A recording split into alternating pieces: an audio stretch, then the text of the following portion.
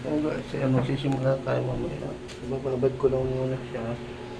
Yan mga ginagamit sa pang-pares. Ayan, mga yan. Titinda sila ng pares.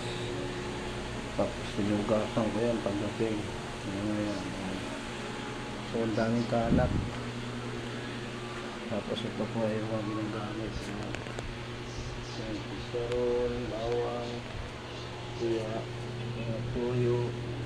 Ayan, mga gamit nila sa pagluto. Pagluto niya. Tapos magbibenta rin siya ng mga soft drinks. Ayan, yung mineral, magamit sila. Tapos bigyan. At yan ba, buhat namin yan. Hindaan. Nakapagod kaya. Kaya sobrang pagod din ako. Araw-araw ganito, everyday. Ganyan ginagawa namin. Kakarga, tapos dadalo sa tindahan.